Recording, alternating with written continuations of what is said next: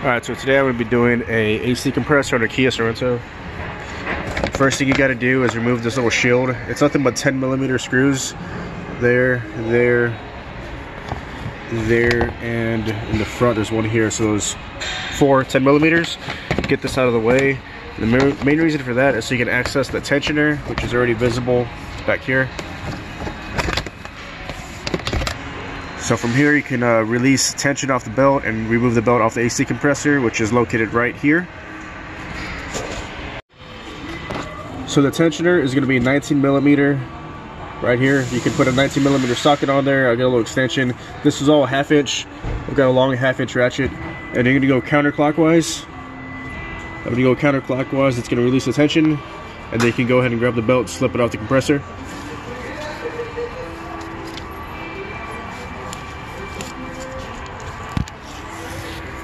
Alright, so once you got the belt off the compressor, you can go ahead and unplug the clutch engagement sensor. To release the clutch engagement sensor, the plug's located right here. That's the plug for it. You can fit your hand up there pretty easily and unplug it. You can follow the wire here. It actually comes down and plugs in directly to the compressor down here. There's no need to unplug it down here. Just unplug it from the top and you should be good.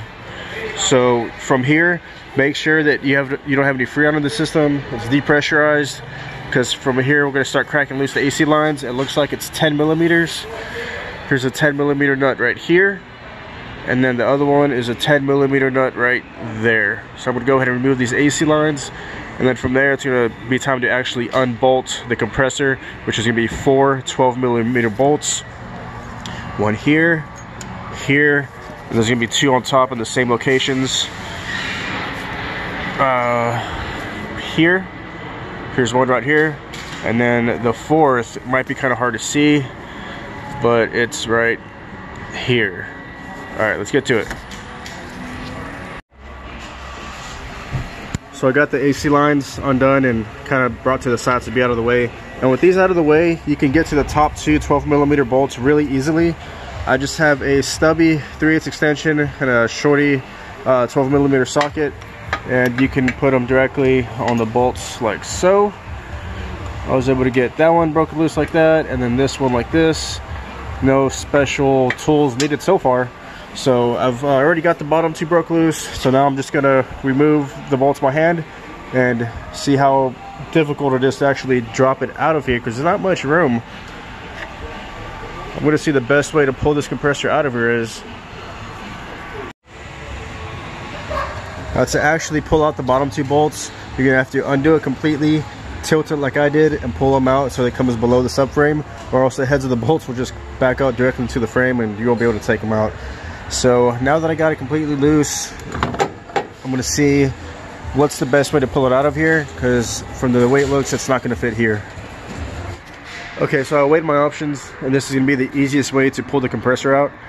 You can partially undo the fender liner to bring it back, and you can kind of just tuck it over the brake rotor, and then obviously this frees up a whole lot of room. You can see what you're doing, see the compressor.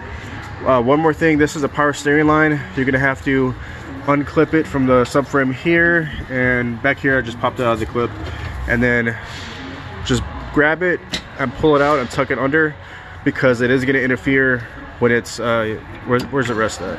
Yeah, it rests like right here. It gets in the way right here. So get that out of the way, and then you'll be able to pull the compressor straight out of here. No issues. Because from the bottom, that is not an option. Let me see if I can do it with one hand.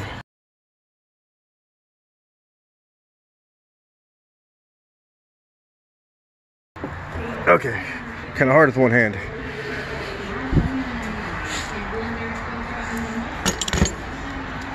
So there's the old. Let's go ahead and grab the new.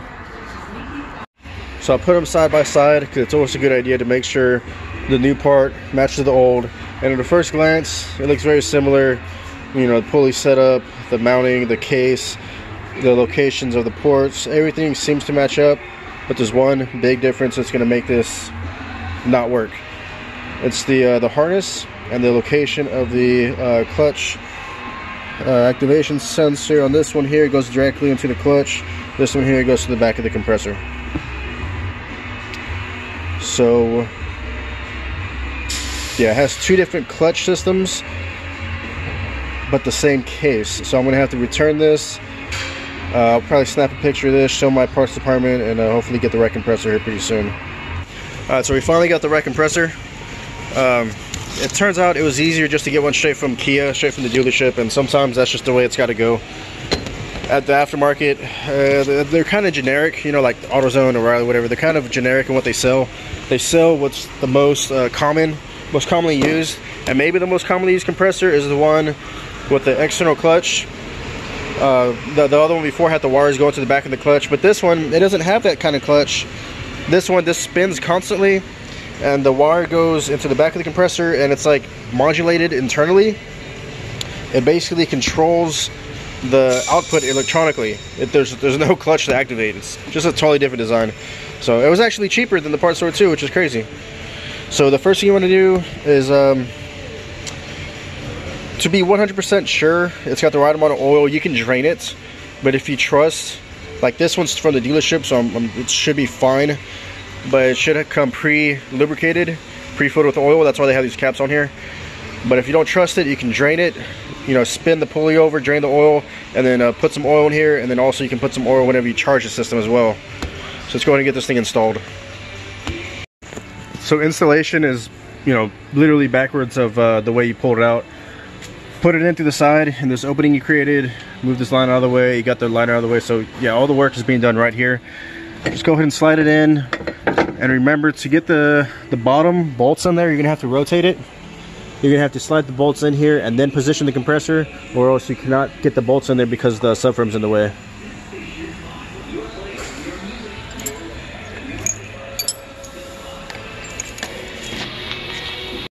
Alright, so don't forget to plug it in, because if you do not plug it in, obviously you're not gonna have a working compressor. Okay, it's on there.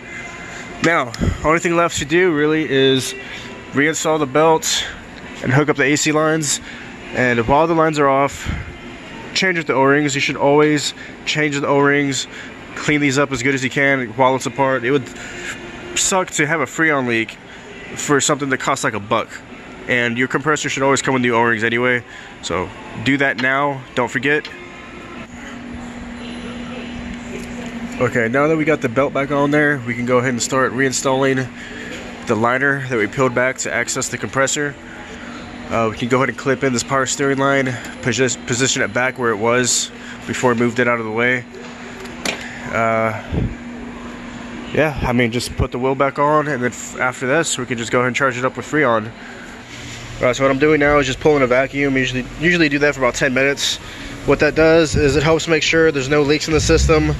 You know, you got to see if it holds a good vacuum, and at the same time, if there is any moisture in the system, pulling a vacuum helps evaporate and remove any moisture in the system from the lines being open. If you know, sometimes crap can get in there, like condensation or who knows. But so yeah, that's what I'm doing right now. We're going to give it about 8 more minutes, and then we go ahead and pump it full of freon, check the pressures, and see how we're looking. So on the left gauge we have the low side pressure, and on the right side we have the high side pressure. And whenever you're charging up the freon, if you're gonna go from the majority of the time, you're gonna charge it from the low side, so it helps to have the car running. Because on the low side, what that actually is the compressor sucking in the freon from the system, and the high side is the discharge from the compressor.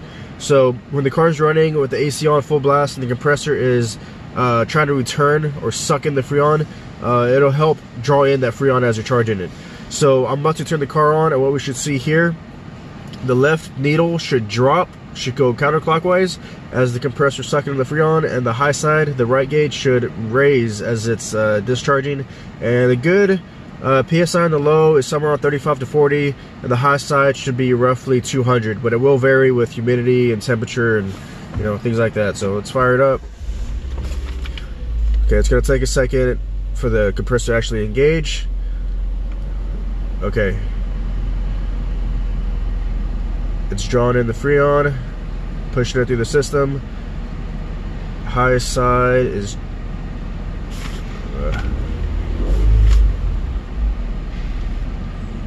alright, high side is about 200. Alright, it's starting to settle now. Sometimes, well, when you charge your system, I guess all the freon can kind of be on one side of the system, and the pressure can kind of spike as it's pushing the freon through the system. But right now it's settled at about 200 on the, about 190 on the high side, and about 35-ish on the low side. So we're looking good.